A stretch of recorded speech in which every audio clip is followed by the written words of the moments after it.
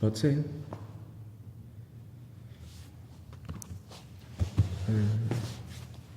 É já?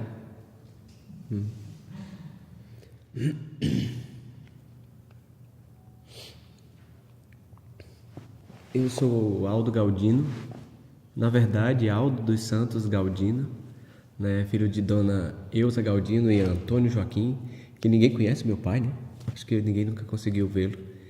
Ah, já começamos? Então tá.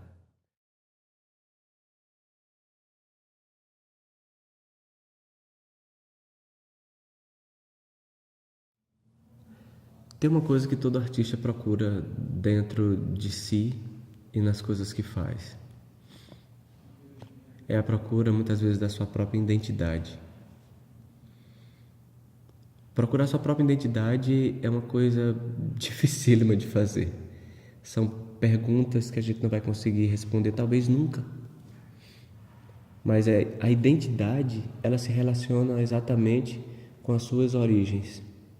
E a gente fica, quando a gente fala de origem, a gente pensa primariamente na condição parental, né, da minha família. Mas toda resposta para essa pergunta, ela vai se responder exatamente na grande origem, né, que é quando Deus entra na vida de alguém. E ela pode se resguardar, que ela não é fruto do acaso, que ela não nasceu por acaso, que ela nasceu com um legado. E o legado dela, primeiramente, é se encontrar. E isso só acontece quando eu entendo que a origem de tudo é o próprio Deus. Pode procurar onde quiser, né? E tem uma coisa que tem sido assim abraçador para minha vida, é entender que a condição familiar ela é base para tudo. E que eu não sou fruto do acaso, que se erraram comigo, eu sou ser pensante. Então eu posso pensar naquilo que é errado, tomar uma nova decisão e partir a minha vida de maneira agradável, sem me calçar nos erros dos outros. Mas uma coisa importante que aconteceu na minha vida foi quando eu era bem novinho, né? Não é mais o caso. Quando eu era bem novinho, eu tinha muitas amizades com pessoas mais velhas que eu, pessoas dotadas de conhecimento. E tinha hora que eu não sabia nem falar, mas eu estava lá para escutar. Então é sempre uma dica que eu dou para todo mundo. Você tem que dividir a sua vida em várias coisas. Uma delas é a parte da bagunça, tem que ter, aproveita tudo. É top. Rir, bagunçar, essas coisas, sem ultrapassar o limite, claro, né? E você tem que ter o tempo de ficar bem caladinho, escutando quem sabe mais. Porque é isso que se forma. Essa coisa de estar junto, que você... Não sabe a história quando você anda com um monte de gente, outra pessoa diz, né, vocês estão parecidos, parece fulano falando. Até roupas são iguais. É isso, gente, isso não está errado, está certo. Mas do lado bom do negócio, né? Se não for, não adianta. Então, andar com pessoas que sejam top, escutar pessoas que sejam maravilhosas, sabe? Ler coisas interessantes que acrescentem, isso fez toda a diferença na minha vida. Eu era um cara bandido, assim, de dizer assim, fadado a não ser nada. Tinha muitos problemas de assim, me achava, eu brinco muito, como eu sou bonito, como eu sou novinho, não sei o que, claro que isso não é tão verdade.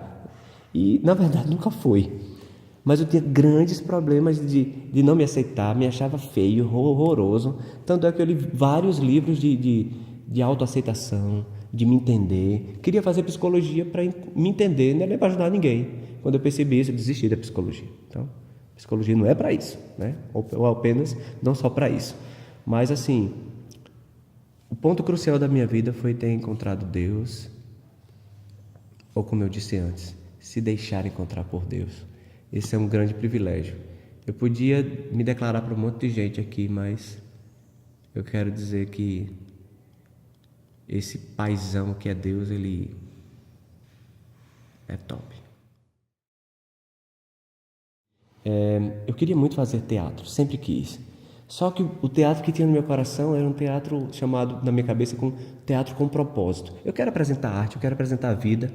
A linha que eu comecei a trabalhar de um dramaturgo chamado Konstantin Stanislavski. Não tem como fazer um documentário e não falar o nome desse homem aqui nas minhas coisas.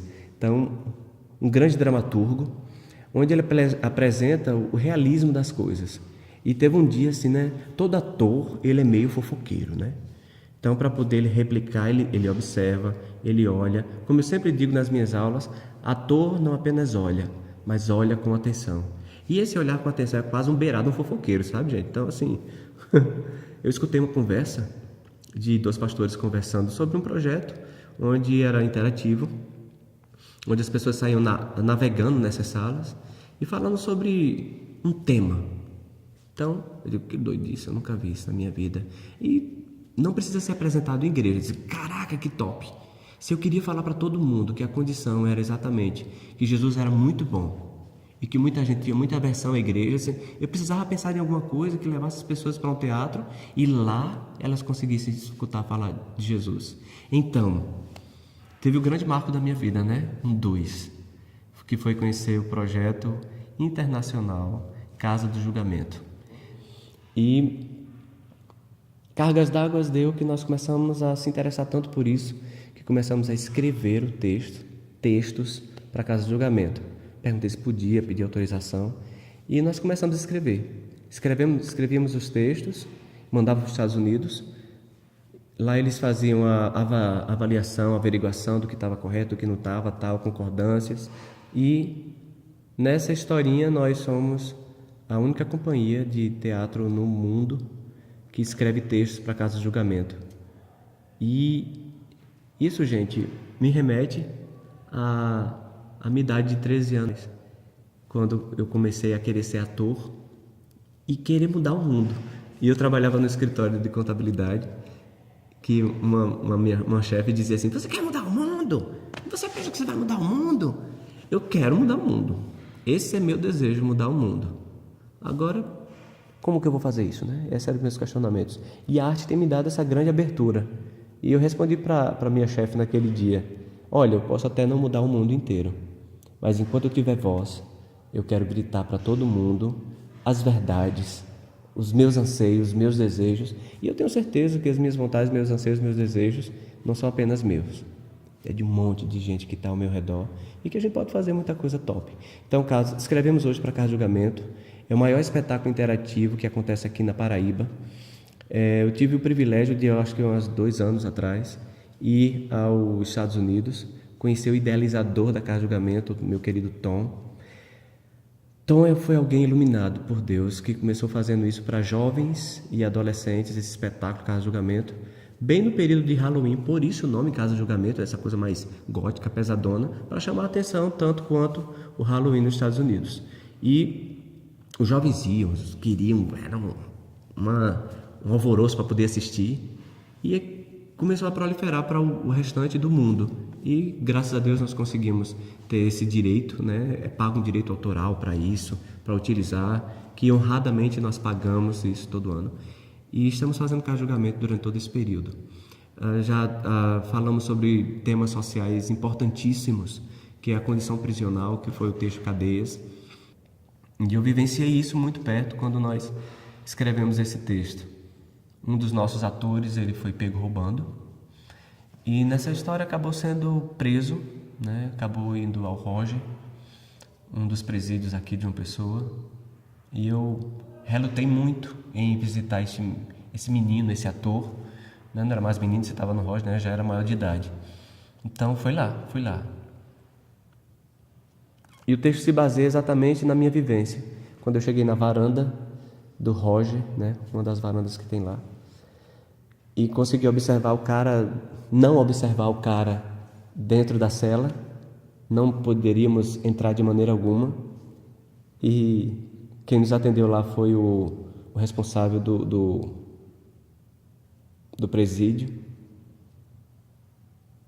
e ele disse que a gente não podia vê-lo de maneira alguma, e quando a gente estava indo embora, uma mão acenou por entre a cela, né? E gritou o nome de um dos meninos que estava lá conosco, o Alisson.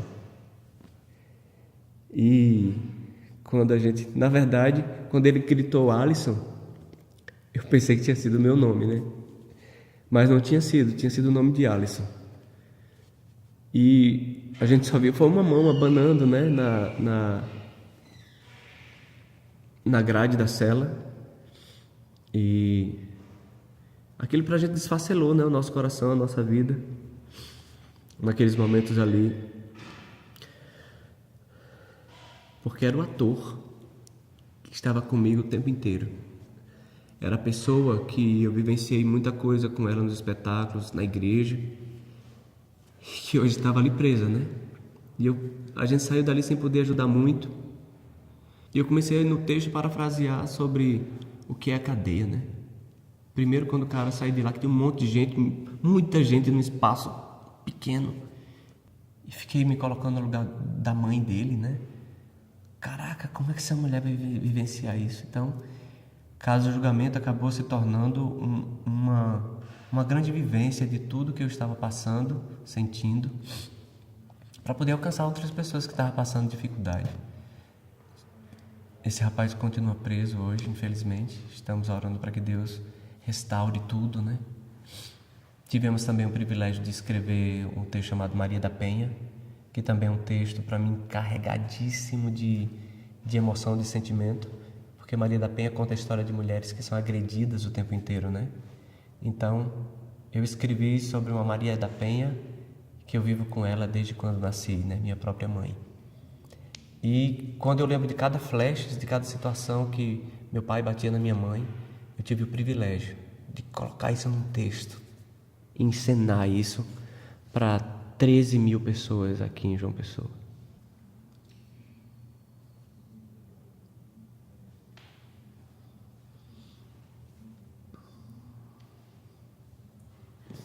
Acho que você quer dizer mais alguma coisa? Não sei. Eu acho que eu pancadei, né?